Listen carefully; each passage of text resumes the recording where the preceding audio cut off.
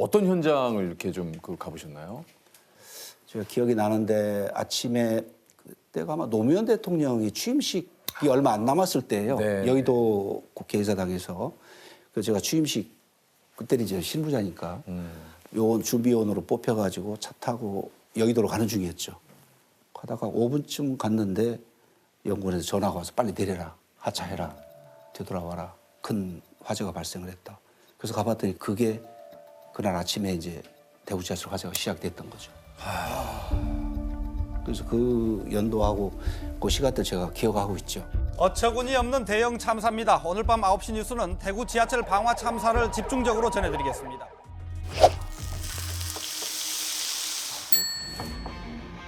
아이고 원장님, 아이고 안녕하십니까? 신납니다. 반갑습니다. 아이고 이렇게 또 네, 원장님 반갑습니다. 30년간 불의 흔적을 쫓은 화재 감식 1인자 국립과학수사연구원 박남규 원장님이십니다. 예. 반갑습니다. 이제 원장님이시지만은 이제 원래는 화재 감식 전문가십니까? 화재 감정하는 법과학자라는 게 정확하겠죠. 저는 이제 대학에서 물리학을 전공을 하고 물리학을 또 전문가죠. 예, 그 물리학적인 기반에서 이제 현장에서 일어나는 화재 사고 이런 것들을 과학적으로 규명하는 일에 뛰어들게 됐죠. 이게 그 원장님이 되시려면은 이게 이제 어떻게 되는 겁니까? 이게 국가수는 원장이 개방직으로 돼 있어요. 그래서 6%도 지원할 수 있습니다. 제가요? 예, 예. 지원할 수가 있는. 여기 지원을 하라고요?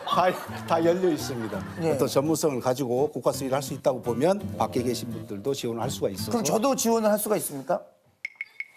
근데 아까 보니까 알겠습니다, 원장님. 많이 모르신다고 저희가 그래서 알았어요. 우리 조 프로께서는 아까 너무 많이 모른다고 그러시죠. 어디 프로요? 원장님 왜 조 프로예요?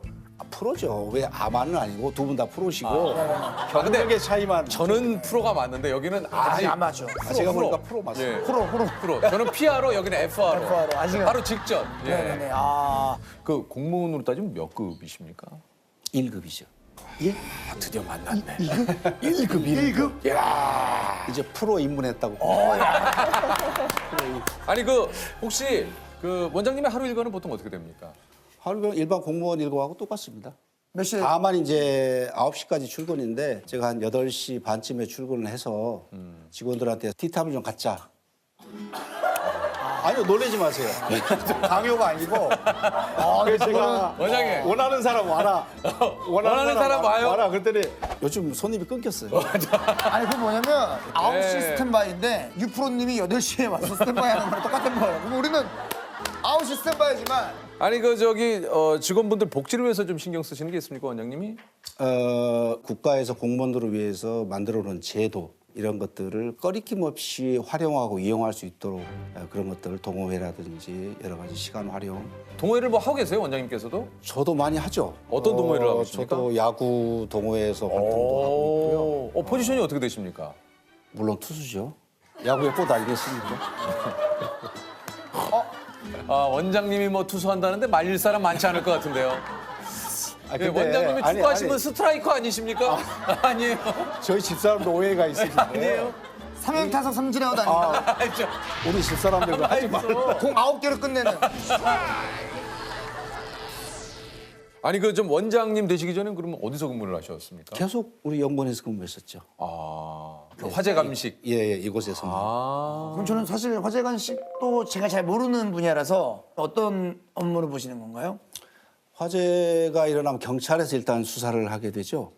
그래서 경찰에서 이 사안이 좀 과학적으로 밝힐 필요가 있다 하면 현장 요청이 있으면 현장에도 가고 또 증거물 제출을 해서 좀 분석을 해달라면 분석도 해주고 이런 업무를 하게 되죠.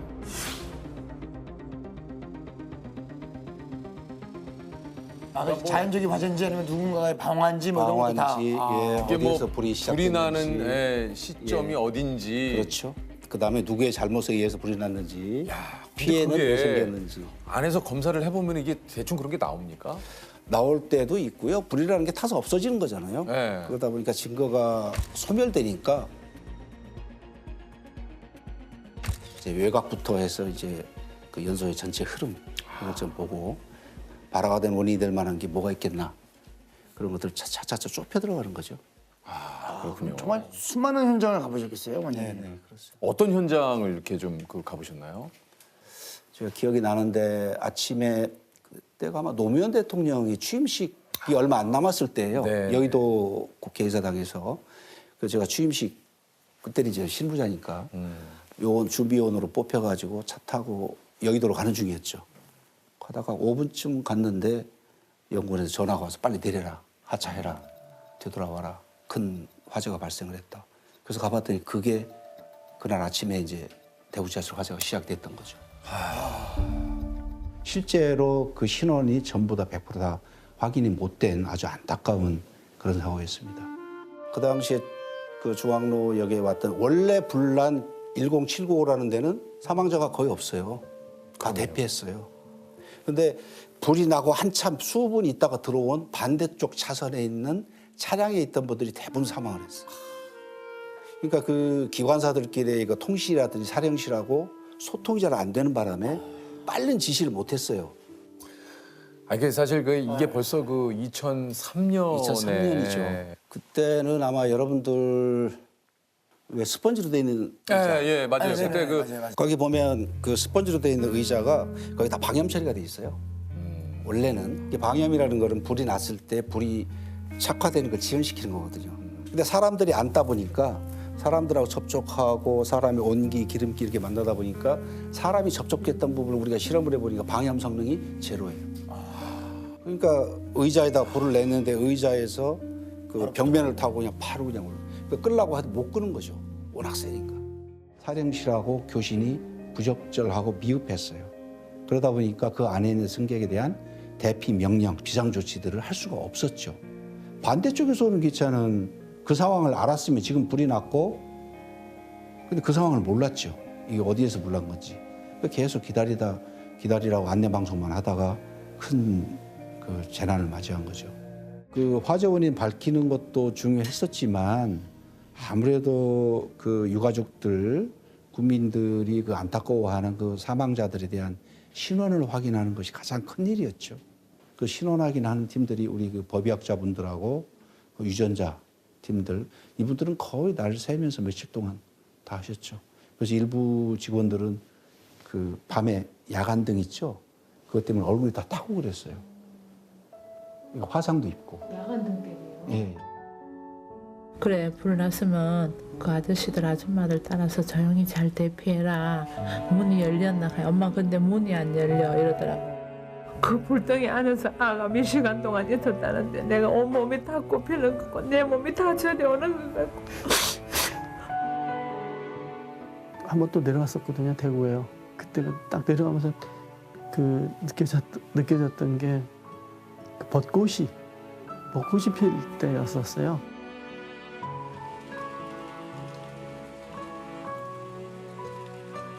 그때 이제 거의 신원 확인이 돼가지고 가족분들한테 거의 다 인도가 된 상태였었고, 그 처음 내려가면서 지나왔던 그런 것들을 이렇게 주마등처럼 쫙 지나가는 거예요, 이게요. 그러니까 뭐 여러 가지 이제 만감이 교차하는 그런 거였었죠. 네. 그래서 그 후로 안타깝네요. 이제 네. 여러분들 지금 다 겪고 있겠습니다만은 우리나라 지하철은 전부 다 의자가 이제 다 타지 않는 그 금속으로 지금 다 바뀌었죠. 예. 바뀌고 쓰레기통이나 이런 것도 전부 금속재로 지금 해놓은 상태죠. 아, 예, 참 정말 뭐 가슴 아직도 아파요. 시간이 지났지만 네, 가슴이 아프고 안타까운 화재였습니다. 최근에는 이제 제천 스포츠센터 아, 예. 방화가 됐든 실화가 됐든 불이 나는 건 우리 사회에서 어쩔 수 없습니다. 어느 나라든 아무리 선진국이라도 불이 안 날 수는 없습니다. 근데 제가 안타까워하는 것은 불이 났을 때 대처 방법이 나라별로나 어떤 그 국가에서 주도하는 거에 따라서 또 사회에서 담고 있는 시스템에 따라서 너무 격차가 난다는 거죠. 우리 업무 끝나고 생맥주 한잔 하러 가실 수 있잖아요. 그렇죠. 대부분 다 이제 비상구가 있어요. 네. 그럼 비상구 한번 열어봅시다. 내지는 비상구 어디입니까? 그러면 종업원들이 어디서 오셨어요? 소방서에서 오셨어요? 이렇게 한단 말이에요. 제가 그게 가슴이 아팠어요. 빨리 우리나라가 그 대피나 이런 것들이 자연스럽게 되려면 비상구로 물어보면 제가 미리 말씀드렸어야 되는데 말씀을 못 드렸습니다. 여기 비싼 거 맞습니다. 열어봐 드릴까요? 이게 돼야 불이 나더라도 사람 인명피해가 없어야죠.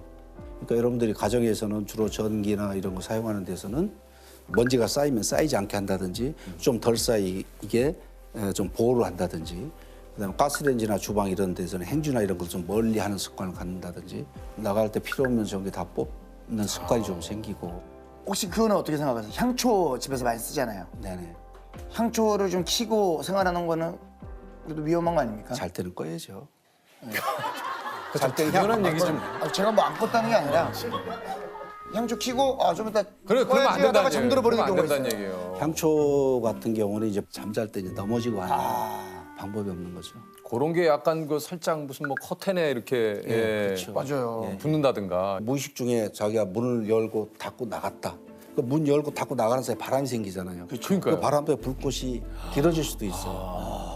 혹시 모를 일을 대비해서 좀 가족용 소화기라든가 네네. 차량용 소화기. 저도 그런 항상 것도 좀- 구비해 놓고 있어요. 네, 그런 거 좀 구비해 놓으시면 제가 도움이 될 것 같아요. 전문가는 아니겠지만 그 소화기를 구비만 하시면 안 되고 쓰기 좋은 데다 놔야 돼요. 아, 맞아요. 근데 대부분 가정에서 이제 보기 싫다고 해서 잘 안 보이는 데 창고나. 놓는다든지 여러분들 그 차량용 소화기 트렁크 안쪽 트렁크 보관함 맨 밑에 놓는다든지 불났을 때 어떻게 찾아요? 손 닿는 곳에 손 닿는 곳에 혹시 그저 뭐 이런 그 일을 좀 많이 하시다 보면 본인 스스로도 좀 이렇게 약간의 그런 좀 그 트라우마라고 할까요? 뭐 또 좀 그런 것도 좀 생기실 수도 있을 것 같아요. 아무래도 지금은 제가 현장을 안 나가지만 그 실무자 때는 저도 어린 아기를 키우고 있을 때에 화재 현장에서 그 어린 아이들이 본인의 의지와 관계없이 불이 나서 목숨을 잃었을 때 그때는 차마 현장에서도 그렇고 조사를 하면서도 거의 그 평상심을 유지하기 어려운 경우도 있었죠. 그런 경우가 제일 힘들죠. 그러니까요. 그다음에 이제 그런 아이들이 더군다나 대피로를 찾아서 피난로 찾아서 어떤 구석에 가서 이렇게 특히 몇 명 어린이들이 이렇게 뭐 이렇게 뭉쳐 있어서 더 이상 못 나가고 이제 한계를 맞이했을 때 그거는 정말 보지 않은 사람들은 그 아픔을 알 수가 없죠. 이게 참 너무나 마음이 아픕니다. 예. 예. 인천시 용현동 빌라에서 부모가 집을 비운 사이에 라면을 끓여 먹으려다 불이 나 중화상을 입은 초등학생 형제가 사고 발생 이틀째 의식을 찾지 못하고 있습니다.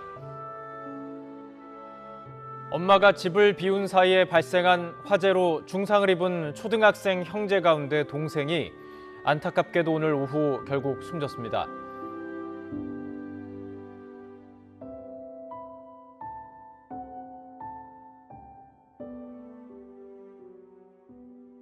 아무래도 이게 좀 그 위험에 노출되는 일도 좀 많으실 것 같아요.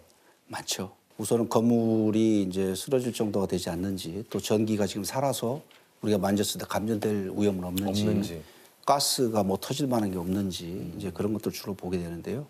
저 같은 경우에는 이제 사찰 화재 이런 경우에 나갔다 한번 크게 놀란 적이 있었는데 네. 아시다시피 사찰이라는 것이 전부 그 나무로 된 나무죠. 구조입니다. 네. 그게 시커멓게 타 있으니까 어느 정도 탄지를 모르고 그 위로 걷다가 그게 무너지는 바람에 제가 밑으로 한 1, 2m를 떨어진 적이 있어요. 1~2m를요? 예.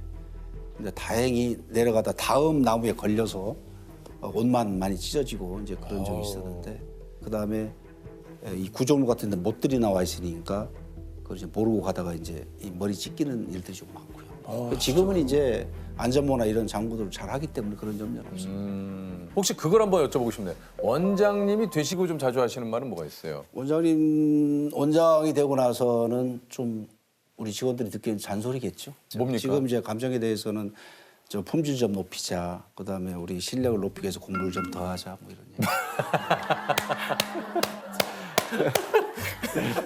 왜냐하면 대한민국의 최고의 그 감정 기관이라고 우리가 자부를 하고 있는데 대한민국의 최고는 곧 세계의 최고가 돼야 된다.